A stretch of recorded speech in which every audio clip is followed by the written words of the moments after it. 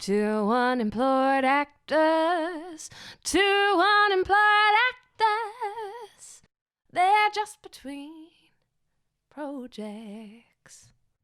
Welcome back to Two Unemployed Actors. I'm Max. I'm Sam. And we have so much news, seriously. So much news. I've been working through the break, so to speak, the break, I can't even talk today. It's 2020. It's been such a break. Welcome back to Two Unemployed Actors. It's a break, but not a break for me, but you've been on holidays, and if I see another photo of you on holidays, seriously, mate, I'm just going to unfollow you. I'm just going to send them privately to you. Here I am skiing. Here I am drinking. Here I am partying. You I swear I don't post that much. No, maybe it's just that I notice it because it mustn't have been me because you said partying. Holidays. You said partying. Yeah, I don't party. You don't party? So Such lazy. a responsible young adult. Just lazy. I was never a responsible young adult. So no downtime. It's kind of been full on. Like I think I alluded in the last podcast of last season, that agent meeting, and it was really constructive. I'm on the right track, but here's some gaps that I need, like ready for pilot season, recut your US show reel, make sure it's spot on, redo your casting networks and showcast profiles. Just make sure that everything's fresh, different headshot, and it's all, aligned and ready to go for pilot. And then sure enough, last week, the emails came through, guys, we just got a list for NBC, we got a list for other networks from local casting agents who are appointed by them to source globally, and bang, ready to go. So for once I was ahead of the curve, and hopefully it pays off, but at least I'm ready. But Nice. I've got to say, aside from all that, theatre, because I really enjoyed, even though it was brutally depressing, the last play I was in about a guy on a farm. His wife had died. His sons are moving away. It's a drought. He's depressed. Once my spoken song was holding a handgun while I was talking about suicide. I mean, full on, right? Mm. So I saw an opportunity to audition for a comedy farce. Like, it's basically the complete opposite of that. Yeah, Through a theatre company. They do lots of reviews. They're in Broadway at the moment for the Broadway Con, where they talk about the next season launch, and locally as well in Australia. So they have a festival that runs each year, and I did I went and auditioned. It was great. I got the call back. So bear in mind, I'm still doing physio for my bloody shoulder, and being comedy fast, it's all so physical as well. It's big. Theatre's big anyway, but wow, and you take it to the extreme. And there was about 30 of us on the callback for 4 parts, and a lot of them were so young, like your age.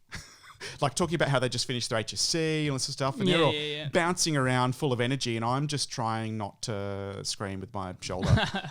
And oh my God. It makes you even older. If someone even I know, it makes me feel even older. If someone accidentally hits me or something, I'm just going to scream like a baby, and hopefully it fits in with that scene, So No, I got messages from friends about the same festival. Yeah, it was 4 hours, the callback. 4 hours. Yeah. The last Sunday before Christmas, bouncing around as they just sort of put you in different scenes. The way they worked it was pretty good.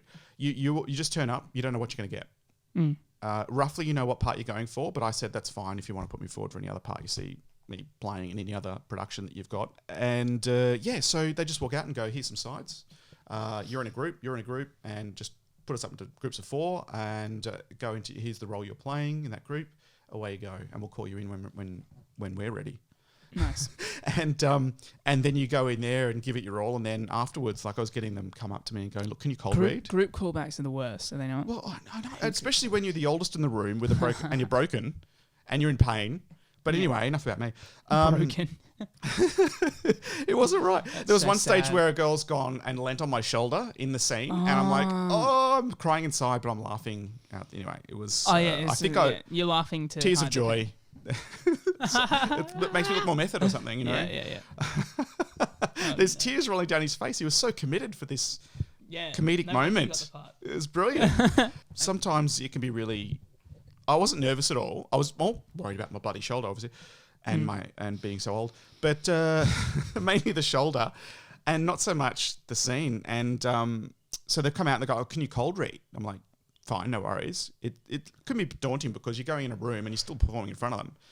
So I'm literally reading a line ahead as we go and trying to make it a bit reading. more funny and all the rest of it. And which is great. Anyway, I've got the part. I'm really excited. The festival's on April, May in Sydney. So if you're not in Sydney, make sure you make travel arrangements for May. wherever you are. More details to come.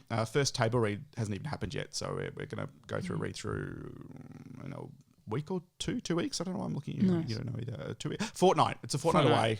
Definitely a fortnight away. And it's going to be great fun. I don't know, like the rehearsals where you sort of take lots of chances at things to see what sort of works, lots of experimenting and stuff like that. I need new headshots Yeah? very urgently. Very urgently. The last time I had headshots was 2 years ago. I know it's like it's Yeah. different for you. You don't Yeah. change really. Yeah. You're done now. You Yeah. really look the same. Yep. That's it. I'm preserved in scotch. I just keep drinking every week and I'll look the same age and the same level of immaturity. Perfect. Brilliant. Same shoulder. Oh no. No, it's getting better. It's getting better. Oh, the shoulder. I had 3 medical professional appointments yesterday. Yeah. I've now graduated from not just physio twice a week, but an exercise physiologist, which I didn't even know existed until last week. Oh yeah. It's basically like a personal trainer, but with 4 years of medical training. There we go. So I get to go to the gym with a training guru to help me work out. So there's no excuse for me not working out now. So I gotta get these headshots, and it's weird, right? So I'm waiting because I'm Yes. waiting till I look my best because you have those headshots for ages, Yeah, well- and if your hair is like, damn it, I didn't like if you that. need it, like, Yeah, just probably do need it. Just do it. Just book it in. Like, the trouble is, too, Need- sometimes good photographers, it's hard to get. Maybe more people before pilot, like end of the year, before pilot season, but, like, I know, because I went with Sally Flagg, and So like, is she was pilot booked season out. done now? It's still going. It's still going. Yeah. It's kicked off. She was booked for like 3 months. But then, funnily enough, someone cancelled a few days later. So there I was. I need, and 2 days later I've got. Yeah. So I know. it was just I need to things book it. I aligned. just want everything to look perfect. Yep. And like it work, and I can use it for maybe a bit longer than a year. Make sure your headshot's a character of like a scruffy young Yeah, I know. dude, skater dude or something. I don't know. Doesn't look after themselves. But like I've been saying, Kate Williams is the woman I go to. Okay. And she's very good. Yeah? And you get good bang for your buck. Great. That's important. Yeah. Being unemployed. Okay. And it's she uses natural light only. Okay. No studio stuff. And it looks very, very good. Yeah, she does outside and in Erskineville. Okay. Great. Just different spots. Go like that. and do it. Just book it I know, I and gotta get book it. yourself sorted I'm gonna out. book it now. Yeah. I have it 'cause written everywhere on my phone as a reminder. It feels good to have new, fresh headshots and that, and updating your profiles. Fred, seriously, mate. Freddie, you're knocking the mic. He's pulling apart what's left of his bed. It's basically just a piece of fabric now. He's actually removed all of the stuffing, but it just keeps giving. Every time I walk in, there's like white, fluffy stuffing all over the floor. It looks like it snowed. Fred, seriously, mate. Anyway, enough about Fred. Sorry about that.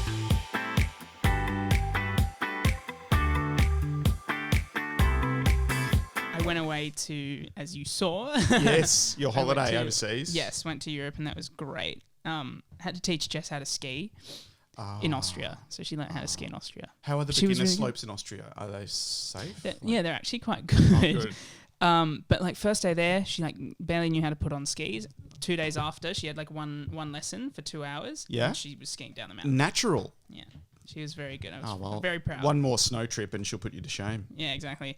And one of the days we went, it's called off piste, which is like off Yeah, yeah. a track. But look like avalanches and stuff. We had to wear avalanche packs, like beepers. Oh, forget that. Yeah, and I was No. like flipping down the mountain Oh, and stuff. It was stop. Dodging trees like some good fun. James Bond movie. very thick snow, like height, like head height. That'd be It was- nice. it I was haven't good been fun. skiing for a long time. I love skiing, but I haven't been amazing. skiing. It's It's quite a great. commitment in Australia because there's like 3 places you can go Yeah, for yeah. 3 weeks of the year. But Exactly.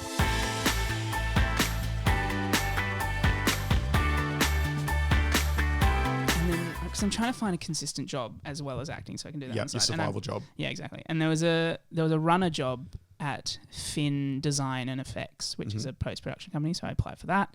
And I messaged my agent that I'm back and I'm ready to jump into it. And new headshots coming soon. And all Yeah, that stuff. yeah. And I said, because Belvoir, Belvoir Yes, Theatre, the theatre. you can't audition there unless you're invited to, or your Oh, agent. really? contact him. Yeah, so I messaged Mark and I asked him if he could email them for audition. He said, "Will do." And I'm like, yes. Brilliant. Let's do it. You've just got to keep putting yourself out there. That's it. And you've got to drive as well. You can't just wait for your agent to call you and go, hey, you've got to lead in. I know. You got a lot of it you got to do it yourself. Exactly. And I actually messaged him. He didn't message back, but I messaged him just right at the beginning of the year while I was still away. I messaged him. I said, I've been with you for 2 years now. Just wondering if I need to renew my contract or it just happens automatically. And he didn't reply, so I just decided to read my contract. Yeah. And not be lazy. Yeah. Like I was doing. And it says fine print. It said it just renews unless you quit. Yeah. Okay. Not In perpetuity, unless you Sorry. run away. Yeah. Unless you tear it up in a symbolic form of departure. But now I want to email him. Message him about the pilot season. Just be like, is there stuff happening? Yeah. Because you're gonna hear from people. Like if you're not gonna hear from your client, from your peeps, clients, whatnot, then I think what works for me is sort of doing it because I know Archer management they're really busy at the moment. And they even just put a post on the Facebook chat group saying, look, we will get to your emails if it's urgent, call us, but please only if it's urgent. And, don't be surprised if we can't reply to your email right away. Yeah. Because it's flat out at the moment as the opportunities come through local agents for global pilot season casting opportunities. Yeah. Plus all the normal stuff.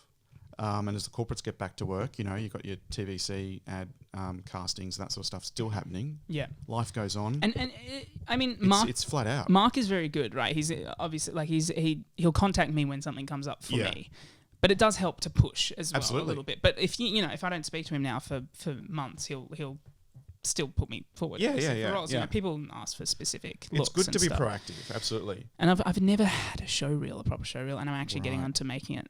Okay. Because I just got because I was in that Crimson Education commercial, so I'm going to add that to it. I'm going to add the UNSW one, Cancer Council one, and then just a bit of when this short film. Oh, the short film. I was like contacting them. They had a break over Christmas, but they're back into it. And there were packages for like donations and stuff, and they're going to send that out at the end of February. So hopefully this will come in soon. I can't wait to see this thing. It's going to be probably in 5 years' time. I'm looking forward to it. But of course you can add it to your show reel. So can't wait. Gold.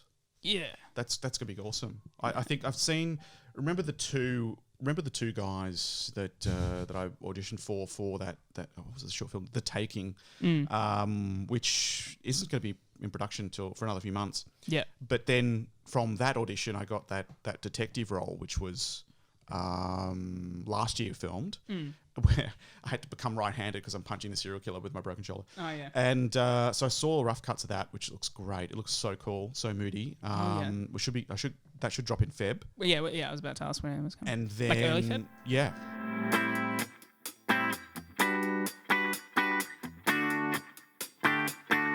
So the other film that they had me down for was one that was filming over the Blue Mountains, but with the massive bushfires in December, they're like, no, because there's literally two huge fires converging that you have to drive through to get to the place which isn't burning. But if you're on location and something happens, no one's going to help you because they're all fighting the actual fires.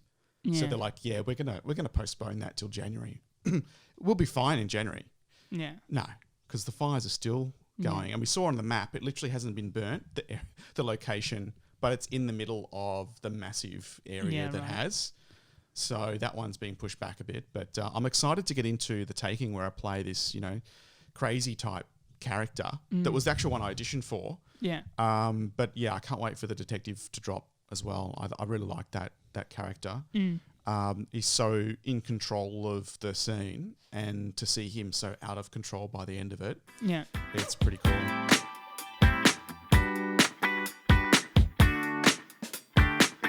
So theatre and film, and then voiceovers has been it was a bit quiet at a few instances over Christmas, but then it's picked up again already. So straight back into it. So really, there sort of hasn't been any downtime for me. I've sort of been ploughing through. Have a break after, I don't know, the play. Yeah. It's May. Well-deserved break in May. A break. I'll struggle through it. So...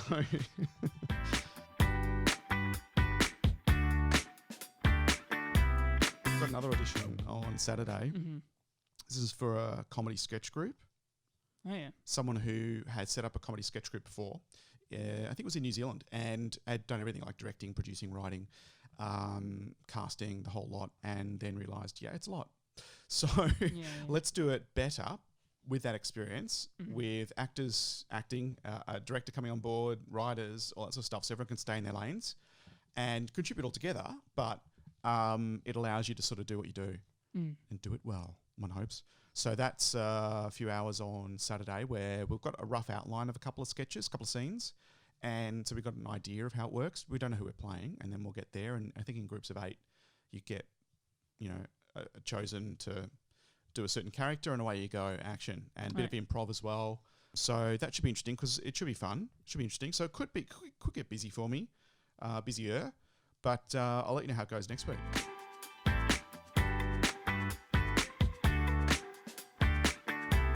I've been taking my time out to do to go see movies using my my little membership thing, and I get points and stuff. Oh yeah, one of them was free, can't complain. But look, a standout for me was JoJo Rabbit. And have you seen that? I have. I saw it yesterday, actually. Oh, Jess how and I saw it awesome! yesterday. It's It was so very cool. funny. It is not what I expected. It's the definition of satirical. I reckon that film is the definition of satirical. How cool! Because when you hear about World War II, Hitler, you don't think comedy too much, and you're grasping with some very solidly heavy subject matter. Yeah. So to make fun of that could go either way. That's the thing, right? So you got to. So the director, Taika Taika Waititi, who did Thor Ragnarok and all yes. that. He's done it. Because it's such a satire. It's done with sensitivity and enough satire that kind of hides it doesn't kind of make fun of anyone except the Nazis, and that's kind of, and they're so point. big and out of context and everything else. But it was more emotional than I thought it would. Yeah, be. I know. There was some good messages in there, and so quite respectfully done with the subject matter in mind, but some great gags. Quite edgy as well, though. A lot of stuff like but kind of like funny. And what a cast! You've got Scarlett Johansson, Thomasin McKenzie, who's a favourite of Which mine. one's that one? She played the girl who was hiding. Yes. And Sam, she? New Zealand actress. I was the accent kind of. She did a very good accent, but Sam Rockwell. He was very funny. Stephen Merchant and Rebel Wilson. I mean, come on, you've got some great. It's a good cast. Great talent there. Sam Rockwell's character, it's just so funny. This was funny. Yeah. It was great. So a really good movie. I like JoJo's mate. The guy played by Archie. Is he Aussie? Yates. I don't think so. I thought he was British. I can't remember. No, he's British. His accent, then, yeah. But it was great because some of those heavy moments, it was great to see Archie turn up and provide some great comic relief. It was really well done because it appeared like we were watching it through JoJo's eyes, like kind of like a child's eyes, because it was obviously about the war, but it was very stylized and very kind of pretty looking in that sense. And the other thing, and the innocence of a child. You're absolutely right, because the other thing was the imaginary Hitler is what he imagines. Obviously, it's his imaginary friend. Yeah. And so the language that his imaginary Hitler's using is the language of a child and the moods of a child. You're not getting the propaganda, the full on warlike rhetoric. But it's funny because there's dramatic irony because we know who won the war and we know what happened and we know how dark it was. Yes. Even though we're seeing it in a very light sense, kind of because we're seeing it through a child's eyes, kind of thing. But we still kind of know that how dark it is because we know that. But it was done very cleverly, and I also like how there was a lot of purposeful focus on Scarlett Johansson's character's shoes. Yeah. Yeah. For that particular shot. We're not going to give it away, but it's very gut-wrenching stuff. No, I walked out of that and you have experienced a lot of emotion, but it was really good quality entertainment with some decent messages done very respectfully because of a subject that's quite delicate. I think his portrayal of Hitler was amazing too. Like, come on, that was just hilarious every time you see the guy. Is he he looks familiar. Is he a well-known actor? No. No. I've never seen him before. Like, he looked familiar, but I didn't. He's been in bits and pieces, but no, he's certainly for his directing. at the moment. And they're talking about Star Wars, maybe. The rumor is Wait, who is... Taika Waititi. Did he play... Hitler. No. Oh. I didn't even recognize him. Bombshell just happened. What? Yes, he was playing Hitler. That's a different film. He was playing Hitler. So... Oh, my God. Because he always makes cameos in his films. How good is that? Oh. It's a decent character to play. But, he was Hitler. And they're talking about maybe the next Star Wars movie, because Disney are popping him out every week now. Getting him to do what he did to do to Star Wars what he did to Thor, which is make it a bit more, change it up a gear, make it a bit more entertaining in a comedic way. And sorry, Star Wars fan. Well, I like. Well, I don't think we're going to get one. It's not going to be like a standard thing. But that would be very cool. I think the thing that made Thor quite successful.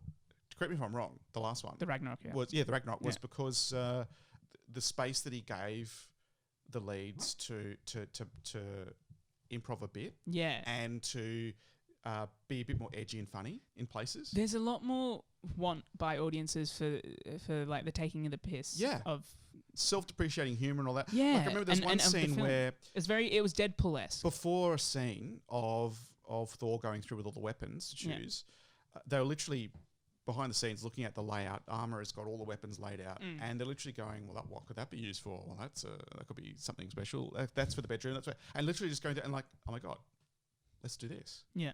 Hence, Chris doing that in the scene, and taking up a notch, and it made it into the cut. So like normally on these huge budget, universe shows, it's been through that many rewrites and like every word's there and do not touch and you know what I mean? Like because there's so many millions in it. The marketing alone, let alone the production. Like you don't, to give someone enough power to sort of make changes on the fly. Yeah. It's very quite cool impressive. though. You need to do that for exactly. the actors well, anyway. It works. Yeah. So JoJo Rabbit, definitely go see it if you haven't already. It's fantastic. Speaking of war, 1917. Have you seen 1917? Yeah, to see it. Still need to see it. Go and see it good. while it's on the big screen, because it truly is like a war epic. It's graphic, right? It is graphic. It's full on. There's some great storylines throughout, but definitely the whole war scenario is in your face. There's no misunderstanding. You are on the front. Good cast as well. A great cast. Yeah. What I like, and for a good reason, I mean, you need solid actors, because basically it's designed to look like it's one take. There's a couple of cuts. Hidden cuts you or can purposeful? see the hidden cuts, okay. and you can pick them if you're looking for it, but it's designed. It looks like one take. It Very really cool. does. And I saw a bit of behind the scenes before I'd seen the movie, where literally the camera was on a fly system where it was being pulled across the scene, then handed to a cameraman on Steadicam, who then, after a short journey, handed it to a cameraman on the back of a motorbike. So it was all one uncut moment.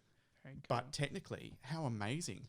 There's bits where you're following right behind them, and then it pans to their side as they walk around a water pool, and the camera still takes that straight path across the water on their side, and then comes up, it pans behind them again, and it shows this length of razor wire, and you're definitely not getting through that, but there's a small gap for them. Yeah. And as it's following, it goes back to their side, and you can see them walking through the gap with wire in between them and the camera. So somehow they would have had to work out a way to get the camera through that very cool safely. I've seen similar shots, like YouTube videos of technical film shots, and there's one where there's, it's on a crane, like film camera crane. It comes down to like near the window of a moving bus and gets handed to a cinematographer in the bus. Yep. And then out the window to a Steadicam. How cool is that? And it's like, it looks like it's going. It's massive. But could you imagine have you seen Russian Ark? That was another movie. Oh, that was really good. Another movie that was done. It was done in one take. Yeah. Lots of characters, lots of background action, huge. And lots of lighting change and everything. It was all indoors. But this is outside. So for continuity, I mean, you've got to have all grey sky. You've got to, you know what I mean? Like it's night. Yeah. You can't have grey and then suddenly it goes blue or something. Yeah. And the background action has to be coordinated so well, because you're dealing with a lot of moving people and explosions and gunfire and all the rest of it. Yeah. And it's kind of like being in a play but the stage is, a kilometre long sort of thing. Yeah. And the coordination for the crew, as much as the background action and the on-air talent, is incredible. It's very cool. It's like the Revenant he won the award for best cinematography at the Oscars that year, and the opening scene is meant to be in like one shot. It's intense. Through a whole battle, and it really does set the scene well for the Revenant. It's a great way to do that. Birdman's another one. Have you seen Birdman? Yes. All these good movies. There's some great fantastic ones. No, well, I really did. I think I have to see it again. Marriage Story. Have you seen that as well? No, I haven't seen it yet, but apparently it's been nominated. Well, I have to see 1917 again because I think the first time it is so epic, war in your face. Plus, I'm looking for these little technical moments, and it's going, oh wow, that was a great shot. Just want to watch it. You know what I mean? I want to watch it again just to get into the characters a bit, into the story. Watch a film 3 times. One for the technicals, one for the characters. This might be a few more then, but it was fantastic, but definitely worth seeing in the cinema to really appreciate the scale of it. Yeah, I mean, absolutely fantastic. No, that's the thing. No one's going to the cinema anymore. Like, it's all Netflix and streaming stuff. Jess and I were. Yeah. I know it's been a couple of weeks now, but Jess and I were at JoJo Rabbit yesterday. And 10 people or something. You've got to work really hard now to get bums on seats in cinemas. I know. Before, when it was all about piracy, that's when they invested in all these huge tentpole movies, the Supermans and the Universes and all that sort of stuff. But now streaming isn't because to sit down in your bedroom on your looking at your laptop, to get the most out of those sorts of movies, you want to see it in the cinema. Yeah. And that worked really well to the point where, they were a lot more successful than not, and they were helped to fund other movies that have a limited or more niche audience. Yeah. You're seeing a lot more movies come out for adults now, for like a demographic that's a lot older than was normally targeted. Yeah. A lot more female-led characters, which is great. So I think really great stories, I don't care where they come from, whether it's streaming or whatever. And I think the good thing about streaming is it opens up an audience to a lot of global stories that you wouldn't normally get. Yeah. And yes, I'm mainly talking about my Scandi serial killer drama, cop drama things that I'm going through at the moment. Oh, yeah. It's a hell of a phase. Been going 6 months. All of them. And so I think, but when it comes to cinema, the real tension point at the moment in Australia, and I think it's happening globally, is the limited release, where you normally get a 6+ window or 90-day window to screen the big movies. Then Netflix comes out with The Irishman and all these other limited release ones. Stan in Australia with the True Story of the Kelly Gang. It was in cinemas from January 9th, but it'll be on streaming service. Everyone knows that Australia Day. So again, you want to support Australian produced content and go and see it in the cinema, and good stories like the Irishman, great story. I didn't quite enjoy it as much as I thought I would, but maybe it would have been different if I'd have seen it in the cinema. Different if it was only 2 hours. But I think that puts a lot of tension too, because I think you haven't got a lot of money to make it back before it's suddenly gone to a streaming service. You're right, those people who are like, well, I'm not going to go see it because it'll be on streaming. And it's almost like, but now actors are also not just earning money from the box office, it's through streaming services as well. Yep. But also like, if you go to the cinema, it almost forces you to watch a movie. No distractions. Yep. So you could enjoy it more at the cinema. But I also think because TV shows these days are much higher quality than they used to be. Some even higher than films. It really is. And it really is. The last few years for cinema. The last few years for television. It's been amazing. Fantastic. Have you seen You? Have you heard of You? I've heard of it, but I haven't seen it. Terribly creepy. Yeah. Kind of gave me a bit of anxiety. Is that where some guy's stalking? Yeah. I think I he's tried a to watch sociopath. the first episode. It's very well written because most of Penn Badgley, I think that's his name, the lead.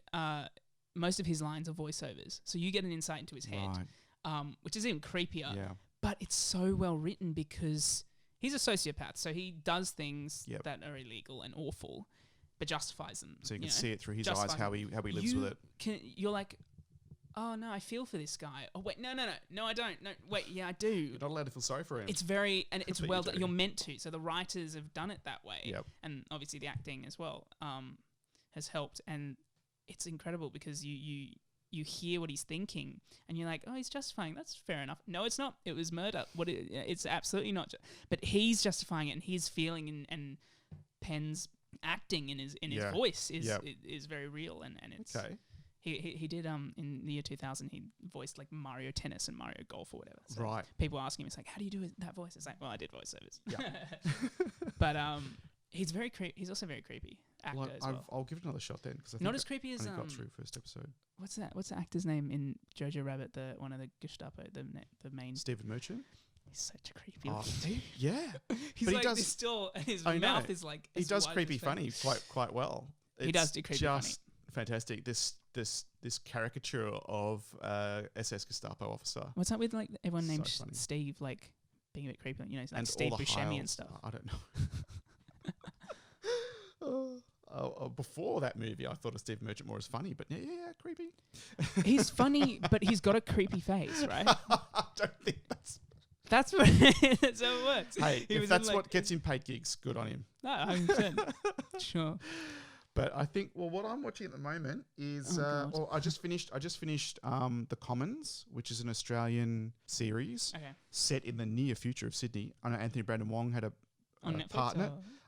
Amazon Prime. Okay. Another one on Amazon that I finished that. It was quite interesting. Jason Bourne series. So Robert Okay. Ludlum wrote about Jason Bourne back in the day, and I was a fan of the books, and then I remember watching the original Jason Bourne movies with Richard Chamberlain Okay.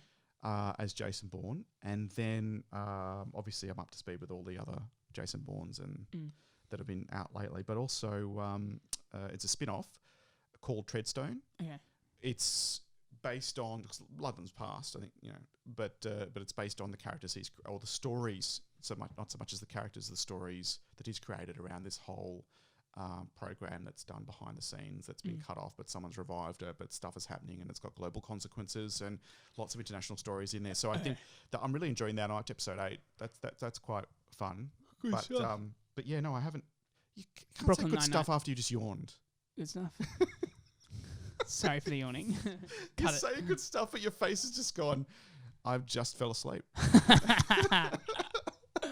Each their own. So yeah, there's lots of stuff. There's my lots of yawning, stuff out there. my yawning actually Oh means my I enjoyed gosh. it when I yawn. Just So what- Max, remember that every time I yawn, it means I enjoyed it So you say. for the future. So what's up for you for the next few days, weeks? Like just push more and more. Like Headshots.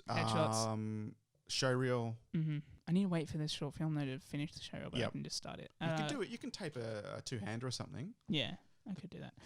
The benefit just is add it, just add it. you're dating an actor, so Yeah, that's true. it That's helps with the two-handers. And so is she. Yeah. No more romantic two-handers with your mum. Yes, that was one of the old podcasts. Remember that? That was funny. I know. That's why I brought it up again. Yeah. It's particularly funny at Cut your it. expense. All right.